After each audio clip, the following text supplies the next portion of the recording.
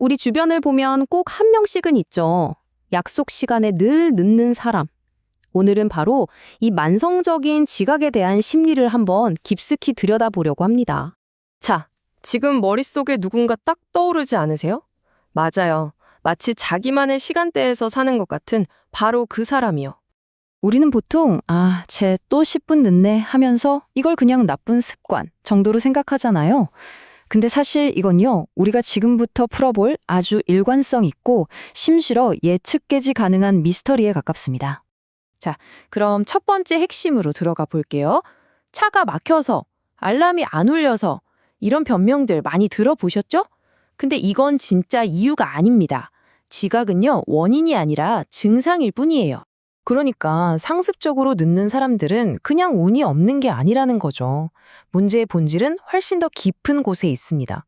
바로 시간이 어떻게 흘러가는지에 대한 근본적인, 구조적인 오해 같은 거라고 할 수 있어요. 여기서 이게 정말 흥미로운 지점인데요. 반복되는 지각은 단순히 그냥 늦는 습관에서 끝나는 게 아니라 그 사람의 신뢰도, 그리고 더 나아가서는 그 사람의 정체성과 직결되는 문제로 번진다는 겁니다. 그럼 도대체 이 사람들 머릿속에서는 무슨 일이 벌어지고 있는 걸까요? 항상 늦는 사람들의 계획을 지배하는 이 결함투성이지만 이상하게 낙관적인 논리를 한번 파헤쳐 보겠습니다. 이들의 마음속에는 아주 강력한 믿음이 하나 있습니다. 바로 이번엔 다를 거야 라는 생각이죠. 어제도 늦었고 그제도 늦었지만 오늘은 왠지 제 시간에 갈 수 있을 것 같은 그런 끝없는 희망. 바로 이 생각 때문에 매일 똑같은 패턴이 반복되는 겁니다. 자, 이 표를 한번 보세요. 이게 정말 기가 막히게 현실을 보여주거든요. 이들의 계획상으로는 샤워가 5분이면 끝나요. 근데 실제로는 15분 걸리죠. 옷 입는 건 2분이면 될 것 같지만 8분이나 걸리고요. 결국 본인은 25분이면 충분하다고 생각하는데 실제로는 63분, 1시간이 훌쩍 넘어가는 겁니다. 이 인식과 현실 사이의 간극이 어마어마하죠. 그러니까 핵심은 이거예요. 이 사람들은 시간을 관리하는 게 아닙니다. 매일 아침 기적이 일어나길 바라면서 자기 시간으로 도박을 하고 있는 거나 마찬가지죠. 자, 그럼 이제 이 문제의 감정적인 핵심으로 한번 들어가 볼까요?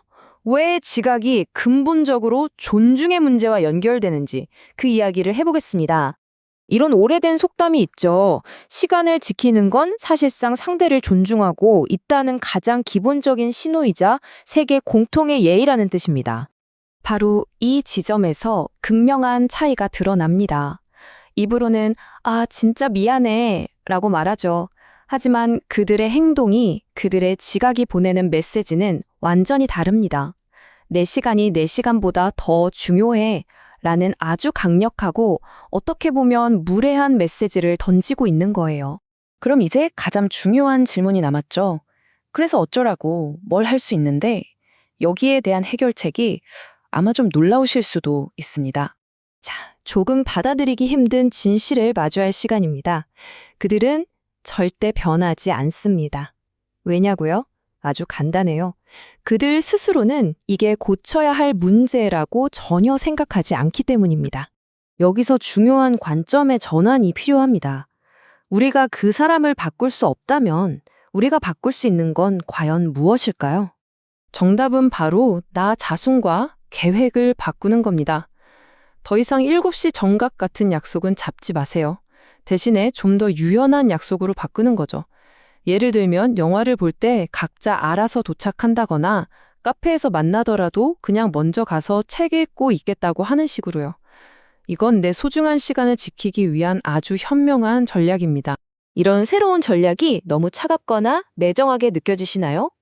전혀요. 이건 오히려 나 자신을 지키고 건강한 관계의 경계를 만드는 아주 지혜로운 행동입니다. 여기서 오해하면 안 되는 게 이건 그 사람과 관계를 끊으라는 말이 절대 아닙니다. 오히려 그 관계를 지키기 위한 방법이에요. 계속되는 마찰과 서운함의 원인을 제거해서 더 건강한 관계를 만들자는 거죠. 자, 이제 정리를 좀 해볼까요? 결국 시간은요, 관계의 언어라고 할 수 있습니다. 우리가 누군가와 함께 시간을 어떻게 사용하느냐가 그 사람을 얼마나 소중하게 생각하는지를 말해주니까요. 그래서 시간은 돈보다 훨씬 더 소중한 겁니다. 돈은 잃어버려도 다시 볼 수 있죠. 하지만 한번 흘러가 버린 시간은 그 무엇으로도 절대 되돌릴 수 없는 유일한 자원이니까요. 이 마지막 문장과 함께 오늘 이야기를 마무리하려고 합니다. 문제는 당신에게 시간이 있다고 생각하는 것이다. 우리에게 주어진 이 소중한 시간이 얼마나 유한한지 다시 한번 깊이 생각하게 만드는 말이 아닐까 싶습니다.